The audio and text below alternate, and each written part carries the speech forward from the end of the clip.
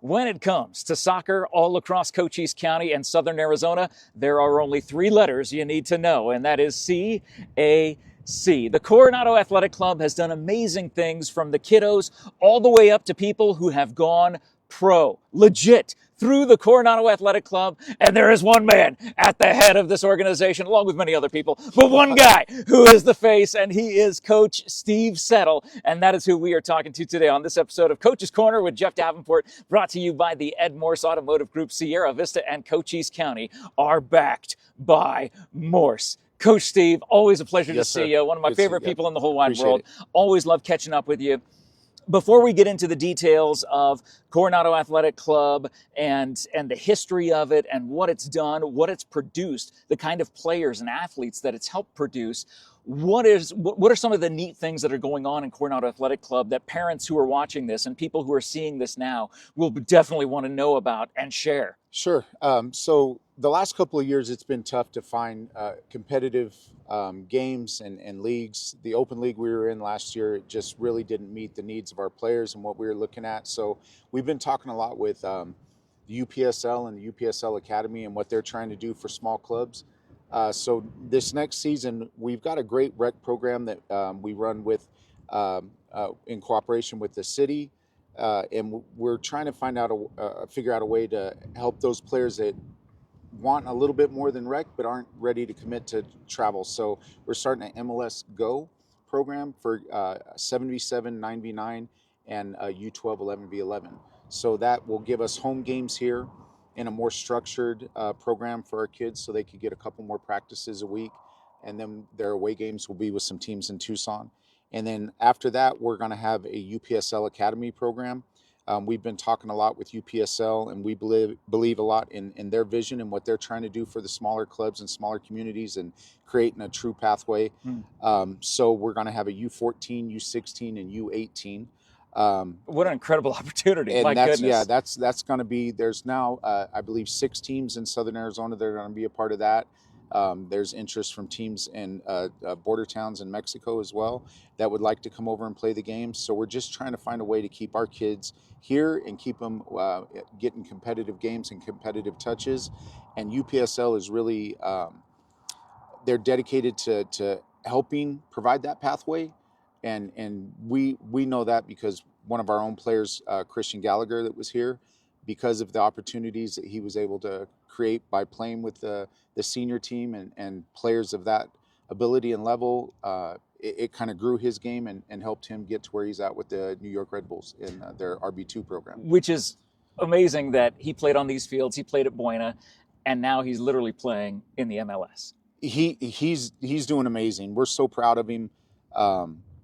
I always joke that he's an alien. He just gets to the level. He takes some time to acclimate to it. He absorbs everything around him, and he just raises his game. And he was with the academy team with the New York Red Bulls, and now he's with RB2, and he's doing great there. And he's got a great organization around him, and he's growing. And it's fun to be able to get to watch him on some Apple TV games and their MLS Next program and their MLS Next live streams. So he's not here and we miss him, but we love seeing what he's doing. No, it's incredible. And again, it all started with him with Coronado Athletic Club, Buena High School. I mean, obviously the soccer program's moving up through. How long has Coronado Athletic Club been around? You want to talk about the history of it? So we started January of 2015. There's always been teams and competitive teams in Sierra Vista. There's great soccer players in this area.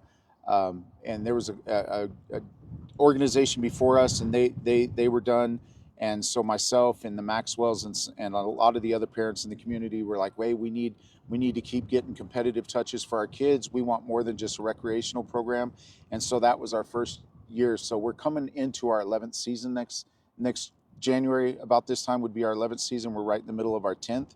But the youth system is really fractured in the state of Arizona right now. Part of that was to do with some decisions the big clubs made. Part of that to do is what happened to the youth system in Arizona after COVID. And so it's been kind of difficult for us to find our footing, but we're excited that UPSL has shown the commitment to the youth side as well as their senior teams. And we believe it's going to be a good way for us to keep our kids here, keep them getting competitive touches, and keep them getting challenged. There's players like Christian that playing on their age group was not meeting his developmental needs, and he needed to go up. And if a player's physically ready and mentally ready, and they've got the technical ability, they need to be challenged at that higher level. And luckily for us, the UPSL Division One and Premier provided that for Christian. And so, that's what Coronado Athletic Club will make sure, that all of the talents of the kids will be accentuated to the highest ability. Yes, sir. And, you know, there's a lot of great players in our community that are playing for big clubs on state league teams all over the state. And we're extremely proud of that. And we're proud that we were able to be that youth club that gave them that opportunity to get touches. And if I'm the last coach that these guys play for, the student athletes, the girls and boys play for, then we failed them. We're supposed to just give them that foundation and opportunity where they can play at home in their local community with their friends. But at certain times, you know, kids have other interest, or they get distracted, or, you know, through attrition as they get older, that we're a small community. It's hard just to keep that competitive balance. So it's great when we see our players, you know, playing at a high level for other teams. We have a group of boys in this community that are playing in conjunction with the Spartans out of Tucson, and they are, I don't want to put the cart ahead of the horse, but they're about close to winning their region, and that will put them in nationals in Idaho next month. Oh my so gosh. we are really excited about that. And there's, you know, 5 or 6 boys from our community that are on that U19 team, and they're doing amazing things. That's incredible. Let's talk about your journey as a coach. Usually, a lot of times, coaches' journeys begin as players. What sports did you play when you were a kid? So I grew up in South Phoenix, and I was a travel. Which part? Which borough? When I'm gonna say that it's Dobbins Road, not Dobson and Tempe. Dobbins Road in South Phoenix, at the foot of South Mountain, and I was on a travel team, and the best memories I've got from all of my sports growing up were from playing with that team and those friends that I made. And so travel competitive soccer was my first love. But I'm a kid from the 70s and 80s, and there wasn't a lot of love and support. So when I got into high school, we moved to San Diego, and I played high school football and ran track. And then I went on to play small college football in Olathe, Kansas at Mid-American Nazarene University. So my first love and passion has always been soccer. And my oldest boys, I got them into soccer because I thought, man, their mom was from American Samoa, and I'm like, they're going to be some big time heavy hitting football players. And I got them into soccer for their footwork, and they fell in love with the game, and they never played a down of football ever. I think Coach Thomas still gives me the stink eye when he sees my boys coming around.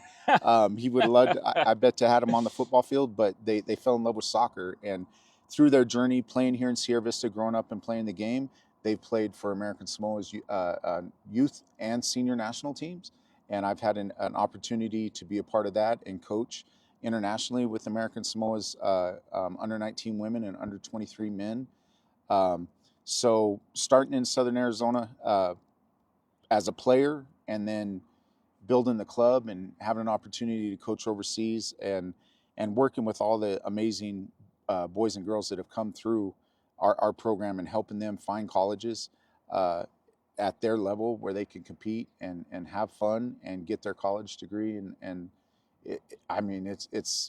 we feel blessed from our side being able to just to be a small part of that. And we're excited about their success, you know, and with what Christian's doing. And, you know, we've got other players that are currently playing. My son's about to graduate this May from Central Baptist College in Conway, Arkansas. So we love what we do, and we love being a part of our community in this small way. So we appreciate it. It's Coach Steve Settle. This is Coach's Corner with Jeff Davenport, here talking about the Coronado Athletic Club, brought to you by the Ed Morse Automotive Group, Sierra Vista, Cochise County, backed by Morse. Normally, in coaching lineages, coaching legacies, it's like a tree. This tree right here that's starting to provide us some shade. There's trunks and branches of there's branches of where you are the trunk, and the things that you've learned from other coaches. What are some of the echoes? Who are those coaches that the players on these fields hear the echoes of even today, that you you were firsthand involved with. And we'll scoot you over a couple steps, Yep. couple steps here. So who were those particular coaches? So for me, they say the best thing about American sports is that our kids are so balanced, because they grow up playing not just soccer, but they're playing football and baseball, and they're getting, when kids are playing baseball, they're getting their hand-eye coordination, and you'll see kids that are great middle infielders that are also great goalkeepers, and that is true. And for my background, it's the same. I grew up playing multiple sports. Um, I did 8 years in the Army. I was stationed here for a while, a couple of times in Korea. So my coaching background is a lot of from coaches from my college coach, Mike Redwine, and the way he carried himself and the integrity that he approached sport in the game, and the fact that it's more than winning the games. It's about giving a foundation and winning in life. So he was a major influence in me. I've had coaches that have done things the wrong way that I don't want to be a part of that. And I know I haven't always done it the right way. And I'm hoping that the boys and girls that play for me, and they understand that I'm human and I make mistakes too. But some of the training that I bring in, and the way I approach it is from my background in playing college football and from my time in the military. And so there's been a lot of people, and I talk to our student athletes and our players about this all the time.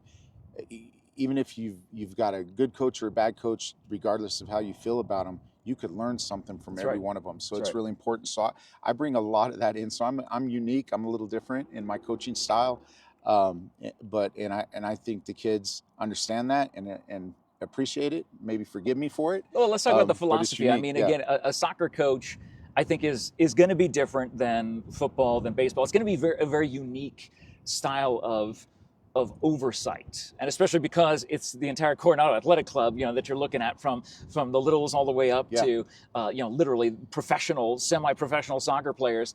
But for you, what would you say is like your overall coaching philosophy when your team is on the field, you're on the sideline? What are some things that you are able to instill in them during the game, before, after? They hate my quotes because they're corny, and I know it. But I think sport is, all of us, we're competitive, and we want to win championships, and we want to win state titles, and we want to be the best. But it's given us a foundation for what we're going to do with the rest of our life. So at the end of the day, we're all an ex-football player, an ex-soccer player, an ex-baseball player. At the end of the day, Michael Jordan retires, LeBron retires, Muhammad Ali retires, everybody retires. So it's how we carry ourselves on the field, the interactions. Jesse Owens, one of the greatest track athletes of all time, said that the real medal or treasure is not the medal or gold medal that you win in the event. It's the friendships that are born on the athletic field. And I'm a true believer in that. Some of my own boys that are now in college, they're best friends that are serving in the Marines or off in college or doing another career. Their friendship and everything was born right here on these fields in Sierra Vista. So a lot of times I'm trying to manage a game, but I'm not losing sight of that because it's important to me. And I know that the players and the parents are passionate, and sometimes they may lose sight of that. But I hope at the end of the day, they understand that where I coach from and what I do for our club and our community, I don't have an agenda. All I'm trying to do is do best by our players and by our families, and give them a foundation where if they want to pursue like Christian is professionally, they can go after it. If they just want to have a couple good years in college, my son has no desire to play professionally. He wants to be a college coach and coach at that level. I want to give him that opportunity.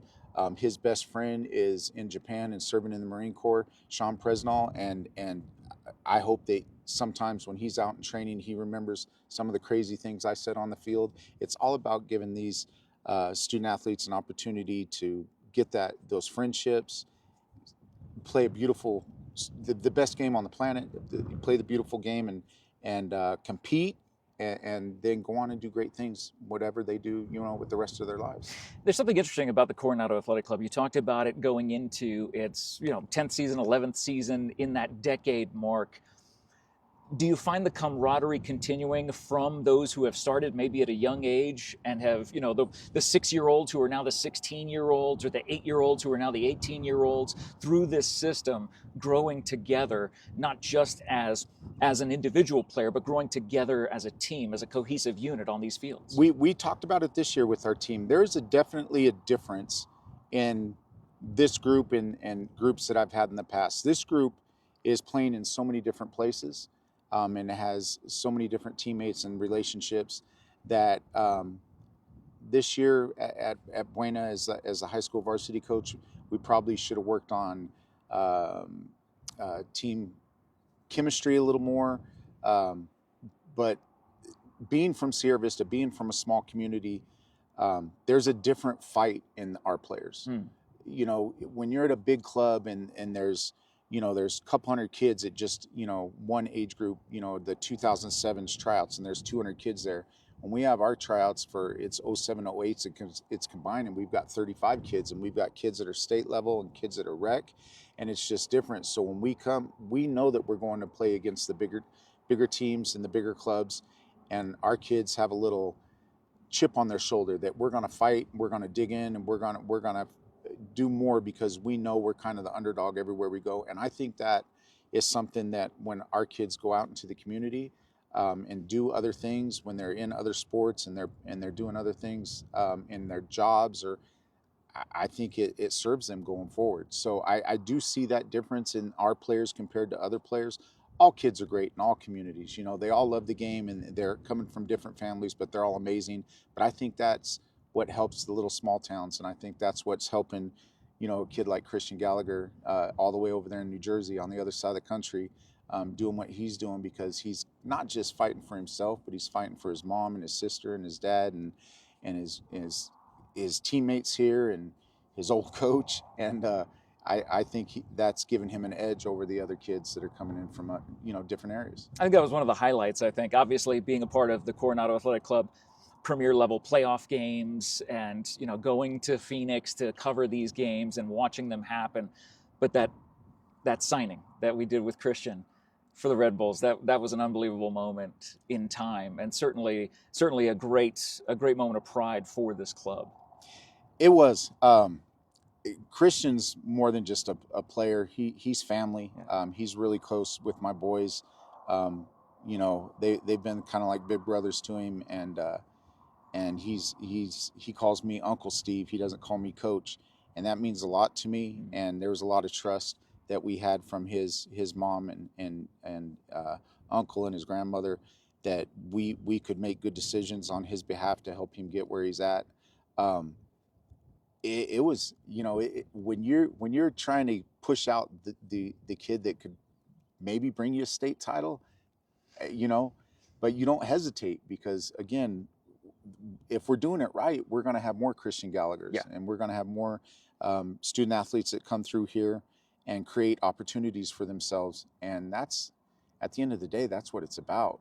Being able to see a kid come from Sierra Vista and end up hitting dingers for the Phillies, right. Right. Or seeing Christian chase his, or Luis Robles walking out with the U.S. men's national team. That's right. And it doesn't get better than that. No, they when they do that, we know they're taking a little piece of us with them, yeah. And it's no better feeling. It's incredible that all that can start here. It's Steve Settle, coach of the Coronado Athletic Club. It's Coach's Corner with Jeff Davenport, brought to you by the Ed Morse Automotive Group. Coach, before I get to my final two questions, yes, sir. You've done Coach's Corner several times, so there's going to be no surprise on these final two questions. But let's talk about, what can people do? They're watching this right now. They're saying Coronado Athletic Club, professional run organization that can launch my kid, potentially my son, my daughter, to a college scholarship, to possibly playing professionally. How do people get in touch with you? How do people get in touch with Maria? How do people get in touch with the Coronado Athletic Club? Yeah, Maria's the responsible one in the group. She's got all the information. She was like, hey, we've got our UPSL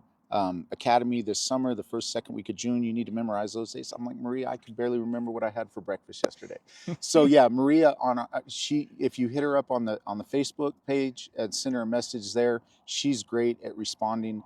Our numbers listed there. She's got all our tryout dates. The information's coming out with MLS Go, the UPSL Academy, and to kind of go back to what you're saying about those parents, man, just find a spot where your kids can fall in love with the game and get touches and encourage them to have fun, because that's what it's all about. Everything else grows from that. So we're hoping that, you know, the rec program continues to grow and the kids are having fun. And if they want to come over to MLS Go or the UPSL Academy, we're doing our best to help them chase their dreams and give them that foundation.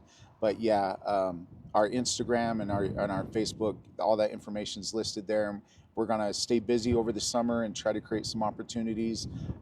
You know, there's great schools in the area at Buena and Tombstone and ALA, and we have just so many opportunities to play competitive sports and competitive soccer.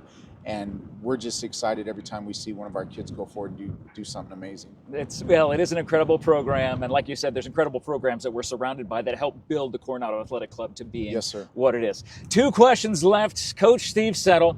First question, one day, the careers of all the kids whose feet touch this field, the young men and women, those young student athletes, their careers will come to an end as far as playing. What are the things that soccer can teach people, those intangible things that can teach these kids on this field that will last them the rest of their life, no matter what they do beyond their soccer playing days? Oh, I can hear my ex-players are already speaking for me. It's overcome adversity.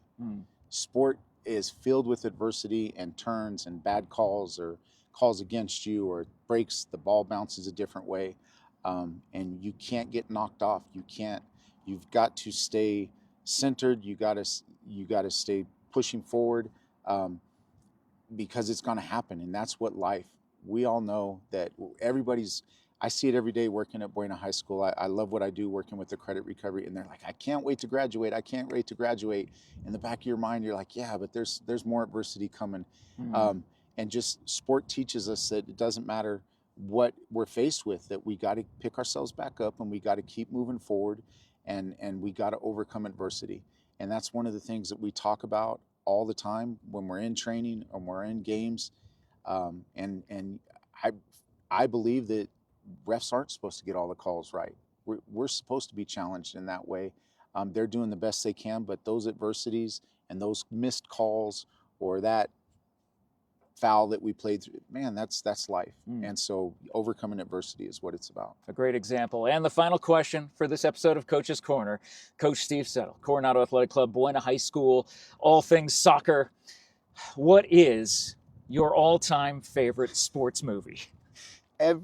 Jeff, you know, I changed my answer every time we. That's true. See, that's the exciting part about this. We do. There's so many great sports movies. What is it out right there. now that would be your go-to, or something that just kind of comes in your mind that says, this is my all-time favorite sports movie today?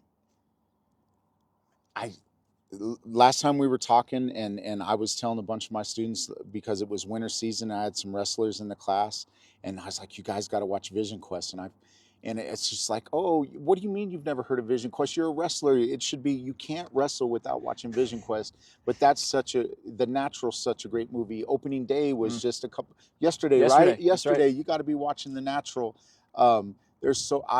Rudy, I'm a big Notre Dame guy from my grandfather. Rudy's such a great movie. There's so many great movies out there. But come on, we got to go right now. We're in the middle of March Madness.